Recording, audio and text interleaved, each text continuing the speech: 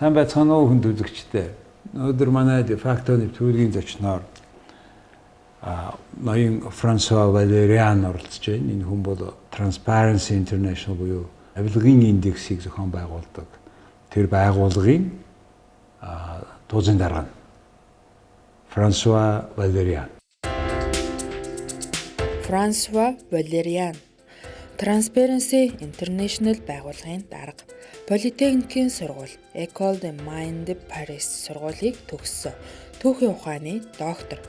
National Conservatory of Arts and Crafts санхүүгийн дэд профессор.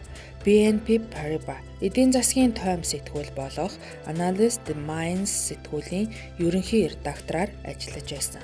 Санхүүгийн зохицуулалт, авилгатай тэмцэх чиглэлээр G20-д Transparency International-ыг сурталчлах ажлыг санаачилсан.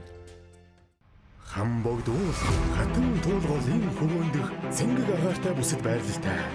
Хүүхдэд ээлтэй хотхны төлөвлөлт болон эвл амьдралын хэм маягийг эрхэмлэгч та бүхнийг King Tower апартментийн 5-р ээлжийн орон сууцнд урьж байна. Амар тайван амьдрал. Аян давтагдсан шүү. Good evening. Good evening. So what is the mission your mission into Mongolia today?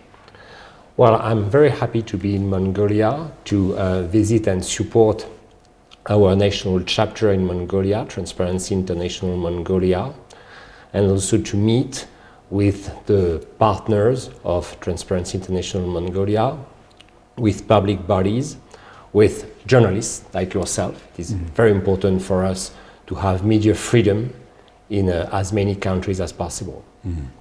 Let's start from the very top. Say we are expecting to have a bunch of laws edited or approved in order to change the situation with corruption, with corruption perception index.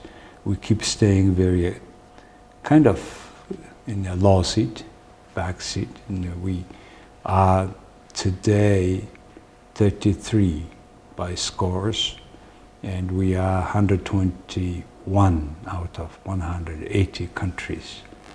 And since 1999, 5 years, Mongolia keeps staying at the level of 33, while the other countries, number one countries, Denmark, staying at which level? 90, right?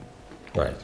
So from 0 to 100 being a higher score, less corruption, right? And we are 33. We are the first 1/3, right? So why Mongolia keeps staying there from your perspective? Well, the question you are asking applies to most countries. Laws are good, enforced laws are better. And it is more difficult to adequately enforce laws than to simply adopt them. It is very good that Mongolia has adopted a number of anti-corruption laws, but what is really important is to have the regulation that will allow these laws to be really implemented. And then, once you have this regulation, it is important that the law is enforced and that there are sanctions against those that violate the law. And in our case, sanctions against the corrupt people who are abusing their power, and they are exercising their power to their own benefit instead of exercising this power to the benefit of the people. That's what we are about in Transparency International. Okay, as I know, you are not yourself making measurement. You are using 13 worldwide accepted international organization scores in different fields where you check about corruption level, how people perceive that level of corruption. So in that sense, let's go into the details, like, for example, about media freedom. And we are not certainly much improving as we would like to. So why is that? What's happening? We have a law, we don't have enforcement. What is your take on that, media freedom in Mongolia? Well, I will not comment on the details of media freedom in Mongolia because we have a national chapter in Mongolia which would be able to comment more precisely. Now I'm going to tell you why media freedom matters to us. Because media freedom is one of the best tool and weapon against secrecy. And secrecy is one of the main engines of abuse of power. The more secretive your power is, the more likely you are to be able to abuse that power. And journalists play an essential role to defeat this secrecy and to inform the citizens about the decisions that concern them. Public contracting, with whom the government is contracting.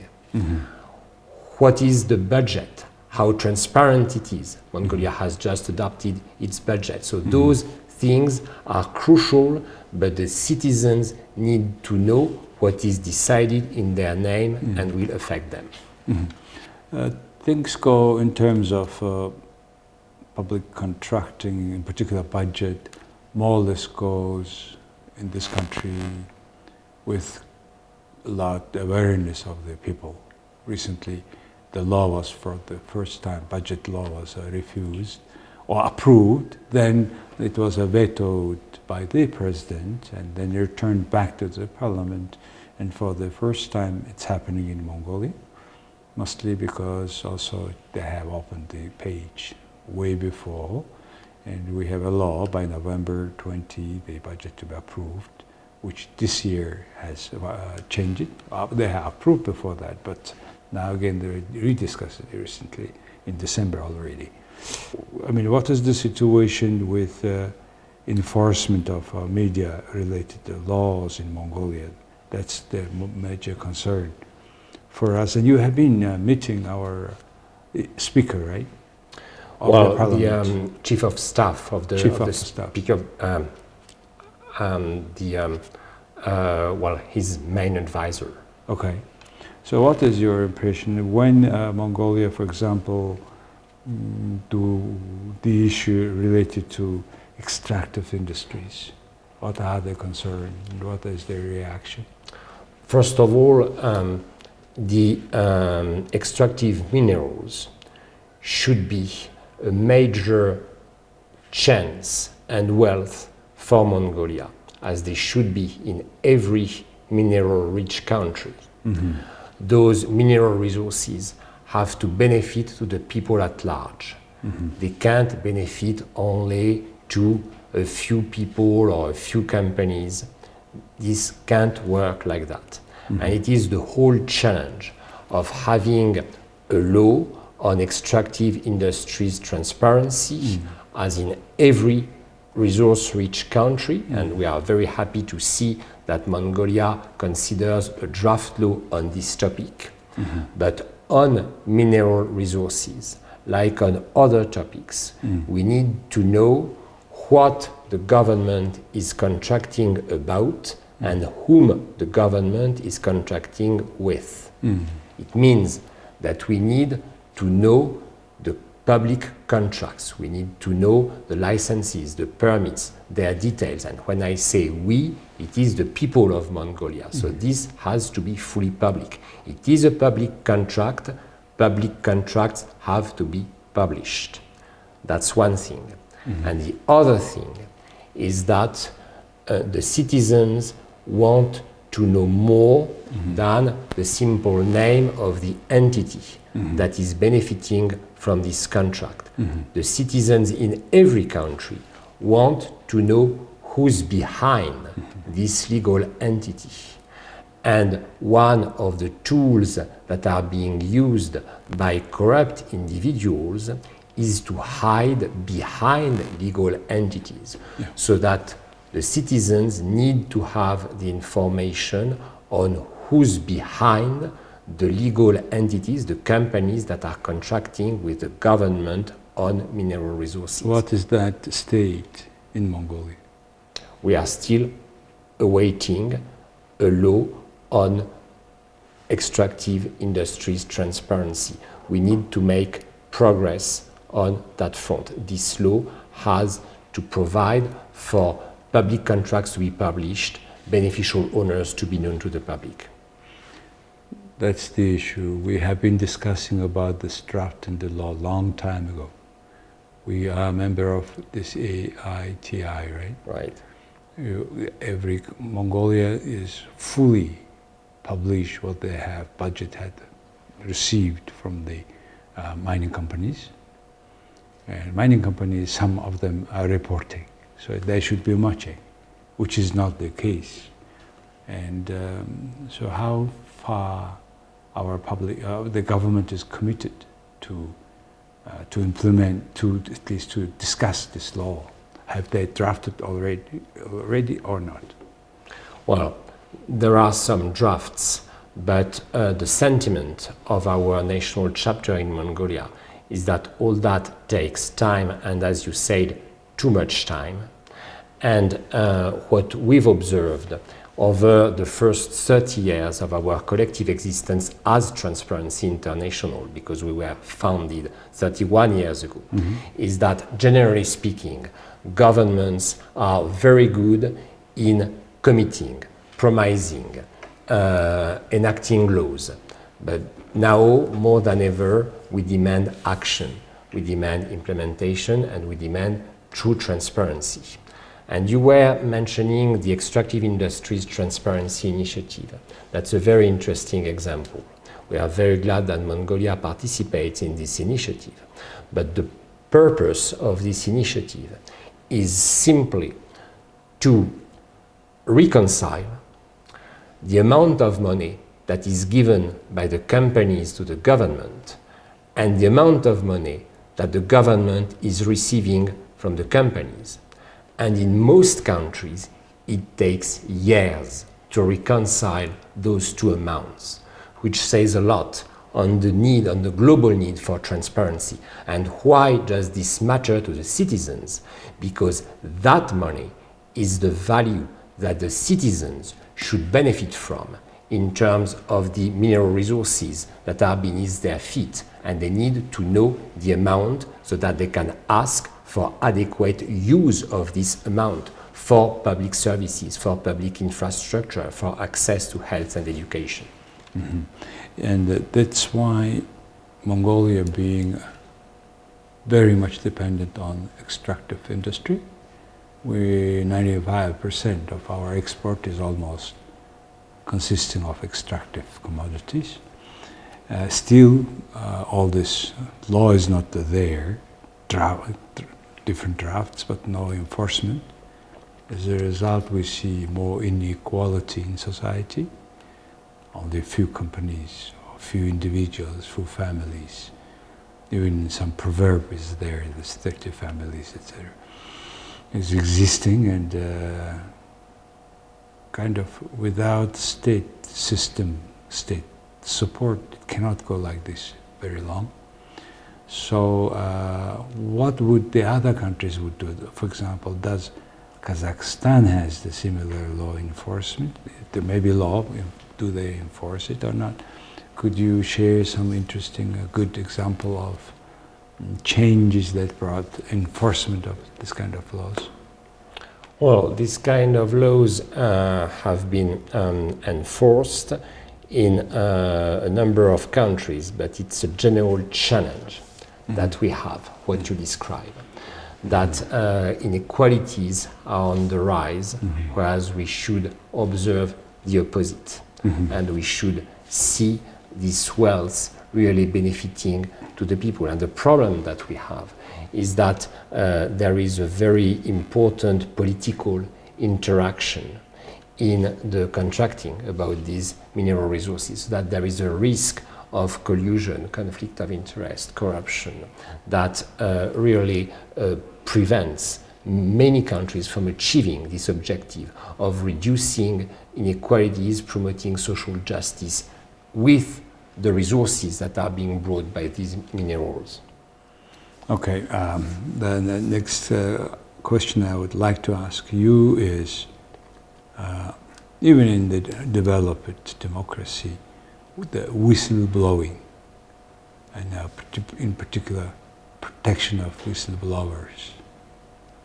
This kind of law, where is Mongolia in that sense? Well, we are very happy to see that there is a draft law on whistleblower protection, and it is a challenge everywhere in the world. Everywhere in the world, there is no exception to that. You know, in every country, it is challenging to achieve true whistleblower protection, whereas whistleblowers are essential to defeating this secrecy, which is indispensable to abuse of power. That the whistleblowers, who are they? They are courageous women and men who are not the enemies of the organizations or companies they are working for.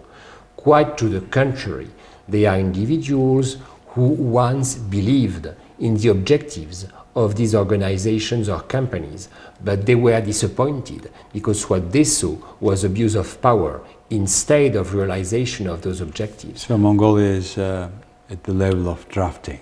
Yes, Mongolia is at the level of drafting. How long usually it takes? It's a question to ask to the government and the parliament. Okay.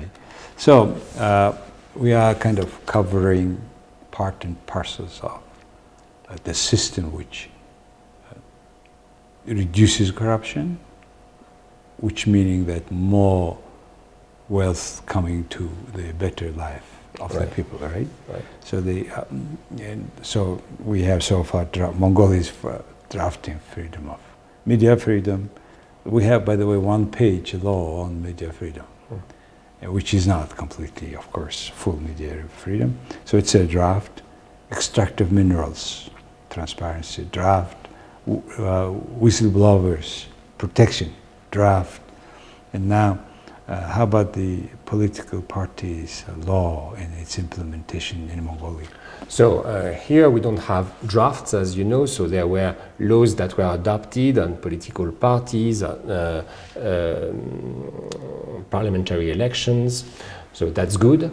But then those laws need to enter into force and to be adequately implemented by the regulation. And those aspects are very important because they touch political financing. And what we want, as I said, is power to be exercised to the benefit of the people and not to the benefit of the power holders. Unfortunately, in most countries in the world, there are political leaders who consider their power as a juicy position from which to extract personal benefit. And we want political competition to be a competition on how best to serve the people, not how best to serve oneself, to serve the political leaders. So that's very important, and that's why we want to have adequate enforcement of these laws on political financing, transparency of political financing, because political power should not be for sale. Okay, all right. It's a very theoretical issue, turned out in case of Mongolia, and we need a serious opposition party. And nowadays we have created on one side very much joint government, which is consisting of the political parties, which we expected to be opposition parties, but now they have together created joint government, joint cabinet. How do you think? What do you think about that? Well, it is not in my role to comment on internal Mongolian politics. I'm sorry. No, is it just very interesting situation? When we have election, we're supposed to have a ruling party and an opposition party. And for the first time in our history of democracy, we have them together now acting. I mean, this kind of action, I'm not asking about Mongolia in general, what you would expect from that in terms of fighting corruption? What is important? What is important in every country is to have, as I said, democracy. And what is democracy for us in Transparency International? It is the freedom to dissent from those in power. All citizens should have this freedom the journalists should have this freedom, the political parties should have this freedom, and concentration of power is always concentration of abuse of power. I'm not saying that it's the situation in Mongolia, but I'm saying that what we have observed for the last few years globally is the rise of a narrative which tries to explain that there are authoritarian responses to abuse of power and corruption. And to us, there is no such thing as an authoritarian response to abuse of power. We need democracy, which is the right to dissent from those in power. Well, I understand. So still we have no opposition, and hopefully they will control each other. You know, by the way, when in Japan, for example, when the one political party controls for years, up to recently, right, in Japan, the political parties go for that long because one of the reasons is because they have strong internal democracy where they discuss it, not necessarily publicly about the issues, right? So this is one way of also keeping transparent in a way. Probably. Yeah. So in terms of political parties, the other issue is substantial issue is anti-corruption institutions. How much you think anti-corruption agency in Mongolia is, belonging to that part where the efficiency is higher? I'm going to meet later today with the anti-corruption agency in Mongolia, and I look forward very much to this meeting. It is very important for us to have anti-corruption agencies which are independent from the executive branch and have the resources, the human and financial resources, to adequately investigate the corruption cases. So it is very important. There has been, as you know, a trend towards anti-corruption agencies worldwide over the last 20 years, 25 years or so. But anti-corruption agencies need to be existing public bodies with sufficient resources and freedom to check abuse of power. In a functioning democracy, we need checks and balances, and we really want to avoid concentration of power, which only leads to abuse of power.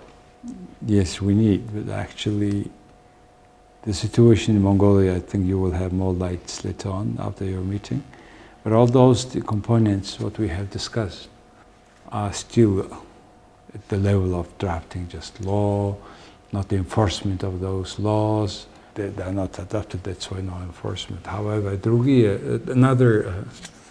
other laws in Mongolia are being not enforced. Then it is a matter of independence of judiciary system. How much important is the judiciary decisions making capacity? This is essential. This is essential. As I said, there are a number of laws that have been adopted worldwide against corruption. There are a number of anti-corruption institutions that have been created, like the anti-corruption agencies.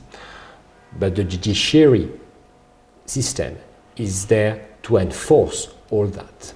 And if the judiciary system is not independent from the executive branch, if the judiciary system doesn't have the human and financial resources to adequately investigate and prosecute abuse of power, all that is not working. And it is probably our main global challenge at the global level. In too many countries, what we see is that the judiciary system first doesn't have enough resources, and that's the case in almost all countries. And second, may be captured by either the state or private interests, if not criminal interests, used as a weapon against civil society organizations or journalists, so that this branch of power, the judiciary power, is absolutely essential to defeat abuse of power. And yet it is a challenge, not only a developing country like Mongolia, it is also a challenge for already developed democracy. Everywhere. Mm. So all these factors combined together, what is the best way for public to, I mean, the political parties are not, the government are not doing, political parties are not doing, then what is the role of public, how to get the public mobilized against the enforcement of these laws? What are the best examples? Civil society is essential. Mm-hmm. And civil society, it is all the people who do not exercise political or economic power, which means the immense majority of the population. Mm-hmm. And we need to have space for civil society organizations, mm-hmm. and the journalists who are informing the citizens, so that we can have a vibrant civil society life, and the citizens, being informed, have their say and can express their voices and exercise pressure on the political world for those laws to be adequately enforced, and the judiciary system to adequately operate, and the anti-corruption agency to prosecute corruption cases. There has to be this leverage of civil society on the political leaders, but that weight of civil society, you only observe it in real democracies. You don't observe it in authoritarian regimes. Well, I'm sure you observe it in Mongolia, and I know, yes, with Transparency International, yeah, Mongolia, that civil society organizations play a role here. Well, thanks to the indexes and to Transparency International Mongolia, we somehow keep measuring where we situation. It cannot be exactly punctual measurement, but it's a close way. We need to have a certain focus. In that sense, compared with the level of the democracy like Mongolia has, there are more challenges because political institutions are not developed well. That's why what would be also consideration about the level of maturity of political institutions and the corruption, if there is any study on that? Well, studies, there are a number, but I would like to comment on Mongolia more specifically. So the Mongolian democracy is a very inspiring example of true democracy in a region where democratic regimes are not necessarily the dominant ones. So this is very important, and I understand that this year is the 100th anniversary of the first Mongolian constitution. There is a Mongolian democracy, and with democratic institutions. The point is that they have to deliver. And they have to deliver better being to the population, better use of mineral resources, ensuring protection of whistleblowers, media independence and freedom. So that's on this delivery that progress can be made and will hopefully ultimately be measured by the Corruption Perceptions Index.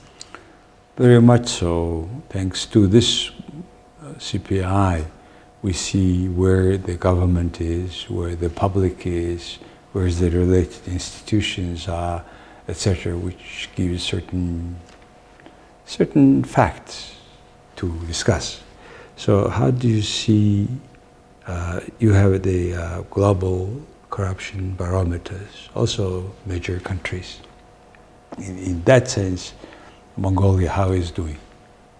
We didn't have recent global corruption barometers on Mongolia. A global corruption barometer is a measurement which is quite different. We are surveying citizens on their views of corruption. So that's a different tool. It's complementary to the Corruption Perceptions Index.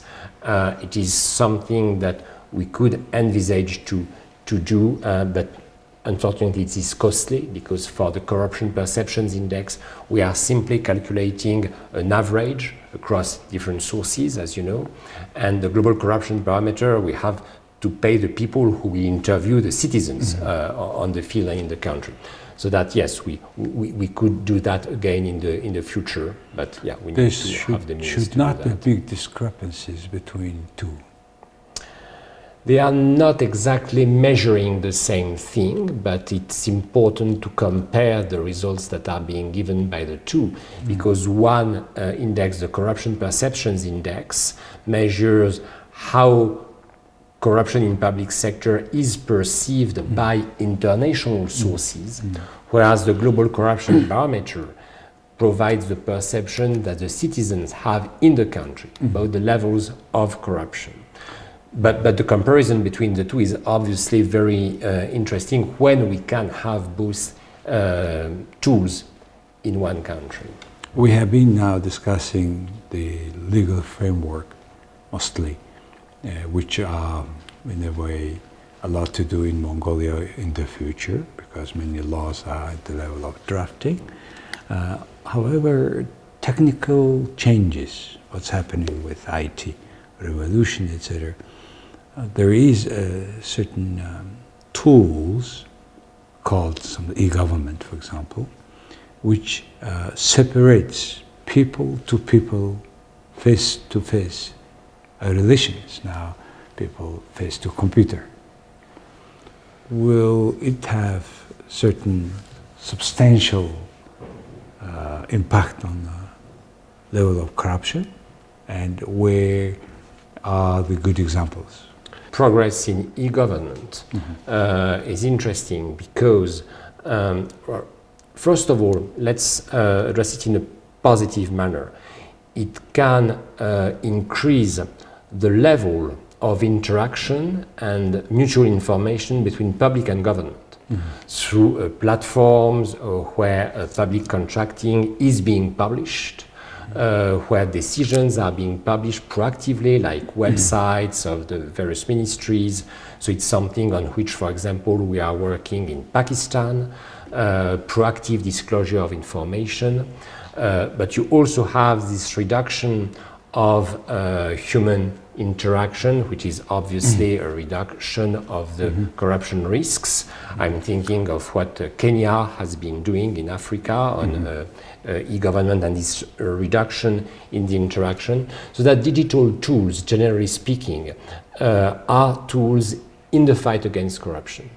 I'm thinking of other tools like apps that could allow citizens to report on corrupt deeds, on wrongdoings, which may be safer for them than going to the police station. So there are a number of tools, and moving up to artificial intelligence, which allows us in certain countries to detect corruption patterns and act upon them and against them.